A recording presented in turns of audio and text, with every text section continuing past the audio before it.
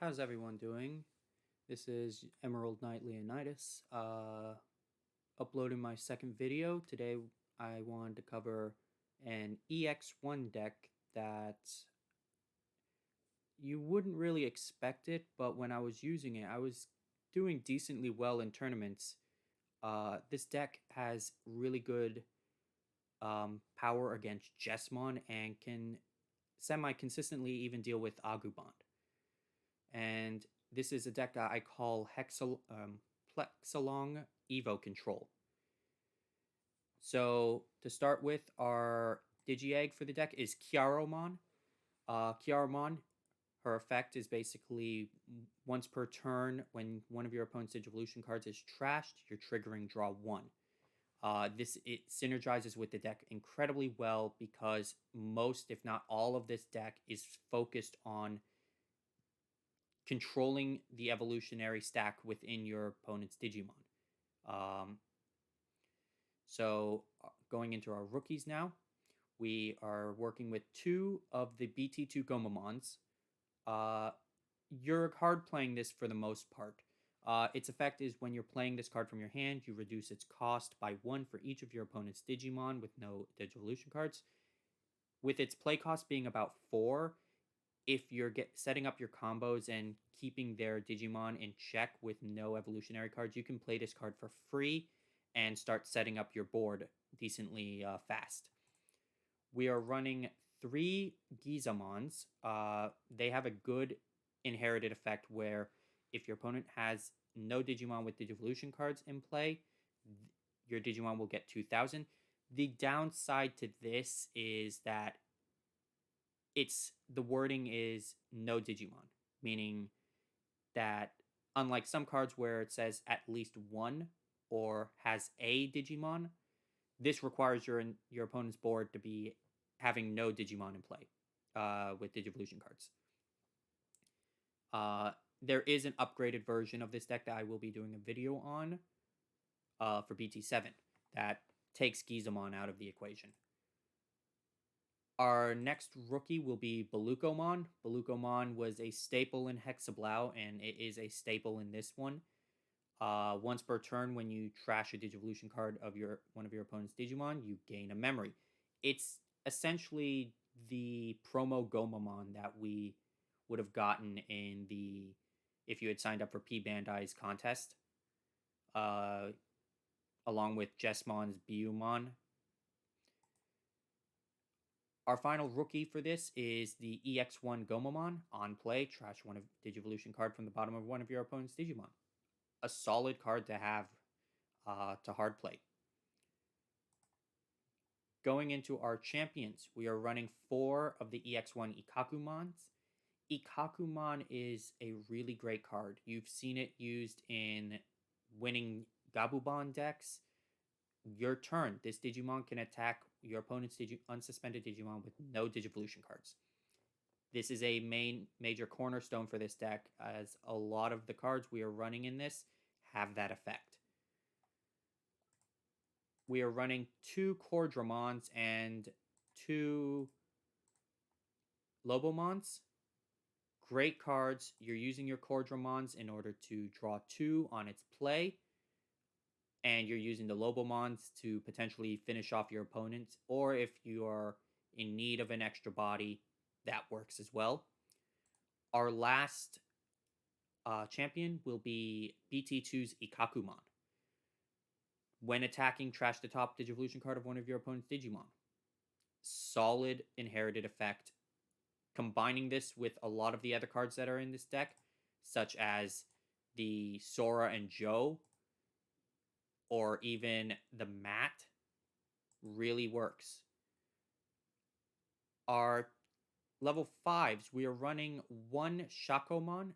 Personally, this is just because in my deck, I only have one, because I only have one in general. You can run this at 2 or 3 if you wanted. I feel 1 is fine because you're really keeping it in there as a means of keeping your opponent's Digimon in check. Because all of your opponent's Digimons with no Digivolution cards gain security attack -1. Essentially, if they don't have any extra checks that they can do, they're stuck. And it's really a stall tactic. It also can function as a good decoy, essentially, for your opponent to focus on them if they want to go after any of your security or your other stuff. Our next level 5 will be running Chris Paledramon. We believe running at 3. When Digivolving, trash the bottom Digivolution card of all of your opponent's Digimon. Solid effect. It's inherited, it's even better. If your opponent has a Digimon with no Digivolution cards in play, this Digimon gains security attack +1. This is a great effect because there are some Digimon that have similar effects, but they require your opponent to have no Digimon in play with Digivolution cards. So this just gets that off without having really to worry about that. They just need one Digimon. Fine, we're going to be running 2 copies of Majiramon. Majiramon is great in the Azulongmon package, and it's still great here.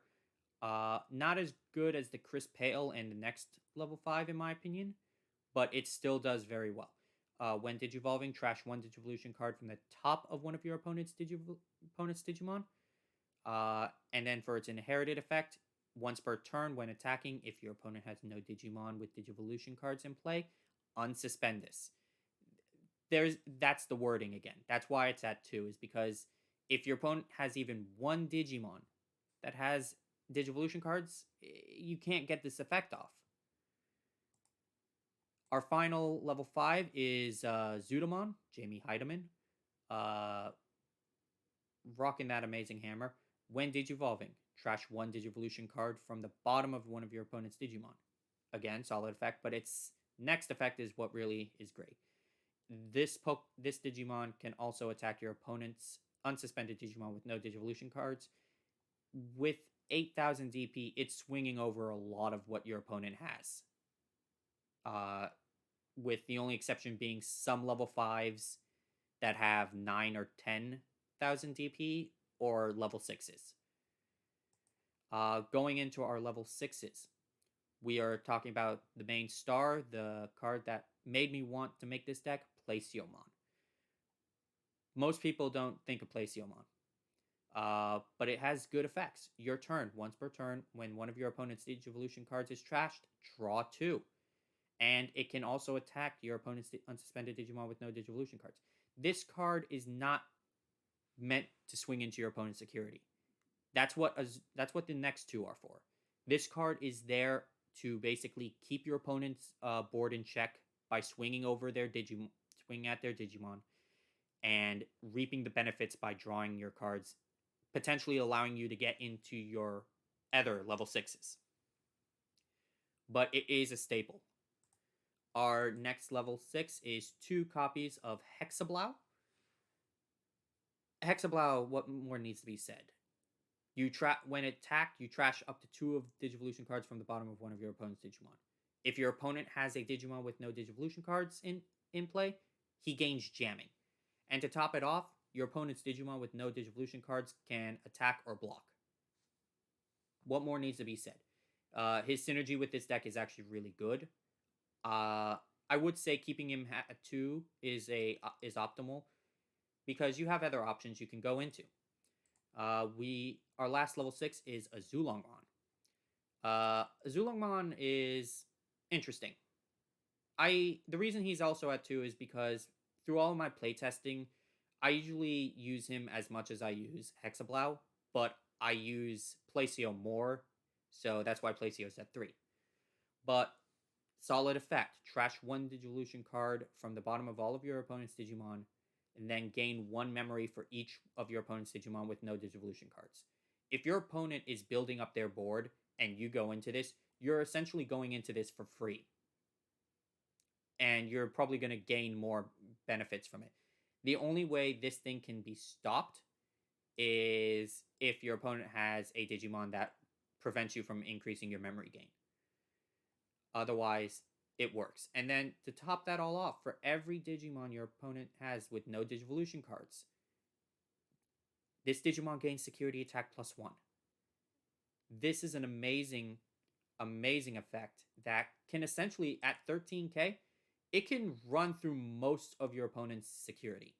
Uh, Definitely a issue I could see with this deck is if it's going against Angel Recovery, which is a deck I will be covering, where that whole issue is if your opponent is using some specific cards that increase uh, DP of your Digimon in security, it's not swinging over it.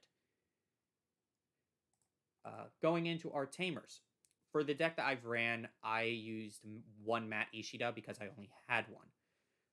But as a memory tamer, he's still good. He's still really solid in this deck and actually works a lot better than Davis, in my opinion. When you play a blue Digimon, you can suspend this tamer to trash the bottom Digivolution card of one of your opponent's Digimon. This is really good when you're combining it with Kiaro's effect or even Beluko's effect. It works great when combined with those. And then we're running 3 Soras and Joe. Great tamer. When you're attacking with a blue Digimon, you can suspend it in order to trash up to 2 Digivolution cards from the bottom of one of your opponent's Digimon. If you have Hexablow out, you can utilize this card's effect to basically cripple one of their Digimon and take a 4 stack to 0. I have done this against Jesmon, and it cripples Jesmon. As for our options, originally when I was running this deck, I was running 3 Ice Walls. With the new state that that they restricted and is going to be with only 1 Ice Wall, I would just say swap out Ice Wall for 3 Hammer Sparks, or if you want to keep Ice Wall in, go with 2 Hammer Sparks, 1 Ice Wall.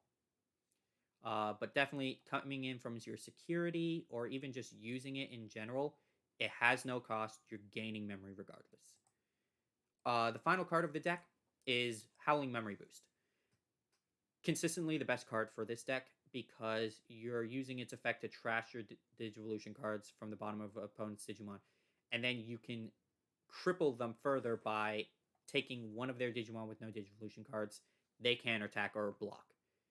If you are choking and you're really capitalizing on that Sora and Joe, you're using this and then you're going into Azulongmon and or you're going into Hexablow and you're going to wreck their security because they can't block you if you target their blocker.